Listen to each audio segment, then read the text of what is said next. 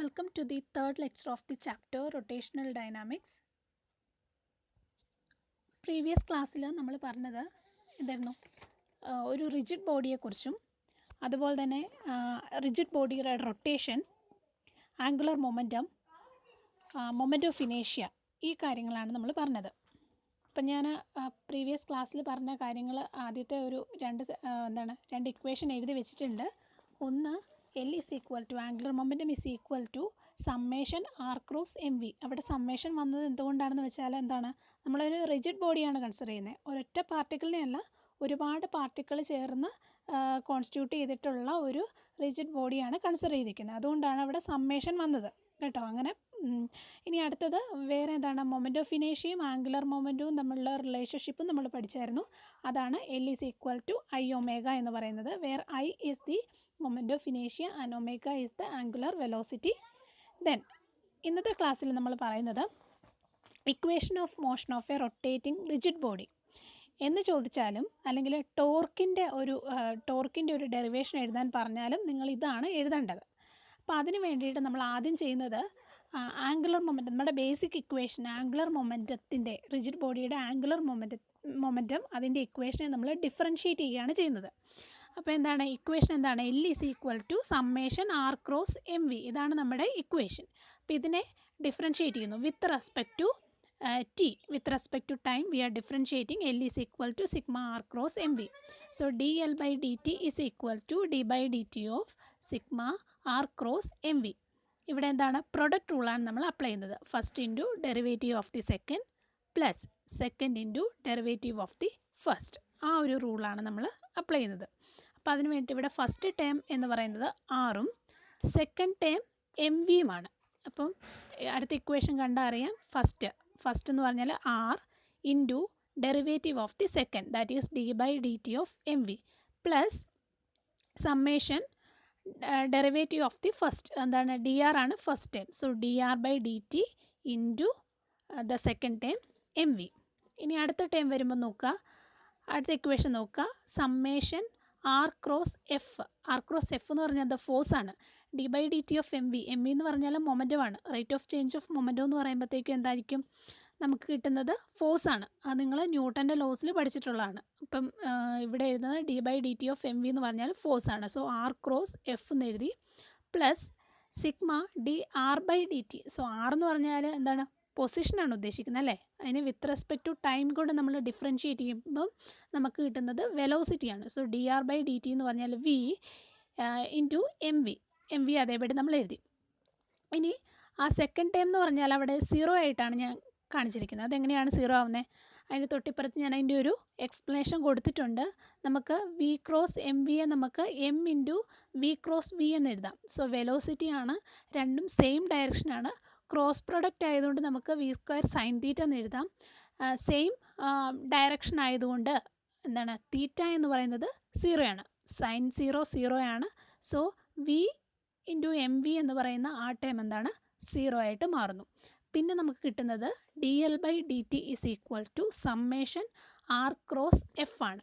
ഇവിടെ R cross F എന്ന് പറഞ്ഞാൽ ആ ഒരു ടൈമിന് നമ്മൾ പറയുന്ന പേരാണ് ടോർക്ക്. ടോ എന്ന് പറയും, ടോർക്ക്.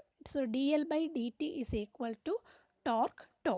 അതാണ് നമ്മുടെ equation of motion of a rotating rigid body എന്ന് പറയുന്നത്. ഇവിടെ ടോർക്ക് എന്ന് പറയുമ്പോൾ നമ്മൾ സാധാരണ ഇവിടെ ഒരു റൊട്ടേഷണൽ മോഷൻ ആയതുകൊണ്ട് നമ്മൾ യൂസ് ചെയ്യുന്ന ഒരു ടേമാണ് ടോർക്ക് എന്ന് പറയുന്നത്. സാധാരണഗതിയിൽ ഒരു ലീനിയർ മോഷൻ ആണെങ്കിൽ നമ്മൾ പഠിച്ചിട്ടുണ്ട് നോർമൽ ഫോഴ്സ് എഫ് ആണ് നമ്മൾ പറയുന്നത്. പക്ഷേ ഇത് റൊട്ടേഷൻ ആയതുകൊണ്ടാണ് നമ്മൾ പറയും ടേണിംഗ് എഫക്റ്റ് എന്ന് പറയും. ടേണിംഗ് എഫക്റ്റ് അതിനെയാണ് നമ്മളൊരു ടോർക്ക് എന്ന് പറയുന്നത്. അപ്പോൾ നിങ്ങൾ ചെറിയ ക്ലാസ്സുകളിലൊക്കെ പഠിച്ചിട്ടുണ്ടായിരിക്കുമെന്ന് ഞാൻ വിശ്വസിക്കുന്നു. ഓക്കെ, ഇനി അടുത്തത് ചെയ്യാൻ പോകും നമ്മൾ സബ്സ്റ്റിറ്റ്യൂട്ട് ചെയ്യണം. നമുക്ക് ഓൾറെഡി ഒരു ഇക്വേഷൻ കിട്ടി, torque tau is equal to d L by D T എന്ന് പറയുന്ന ഇക്വേഷൻ കിട്ടി. ആ എല്ലിന് പകരം നമ്മൾ സബ്സ്റ്റിറ്റ്യൂട്ട് ചെയ്യാൻ പോകുന്നത് ഐ ഒമേഗ എന്ന് പറയുന്ന ഇക്വേഷൻ സബ്സ്റ്റിറ്റ്യൂട്ട് ചെയ്യുന്നു. So equation tau is equal to dl by dt, d by dt of Lന് പകരം I omega സബ്സ്റ്റിറ്റ്യൂട്ട് ചെയ്തു. So d by dt of I omega. I constant ആണ്, മൊമെൻറ്റ് ഓഫ് ഇനേഷ്യ കോൺസ്റ്റൻ്റ് ആണ്, അത് ഞാൻ പുറത്തേക്ക് എടുത്തു. ബാക്കി വരുന്നത് ചേഞ്ച് വരുന്നത് എന്താണ്? ആംഗുലർ വെലോസിറ്റിക്കാണ് ചേഞ്ച് വരുന്നത്. So I into D omega D T. ഇനി angular velocity, the rate of change of angular velocity എന്ന് പറഞ്ഞാൽ എന്താണ്? ആംഗുലർ ആക്സലറേഷൻ ആണ്.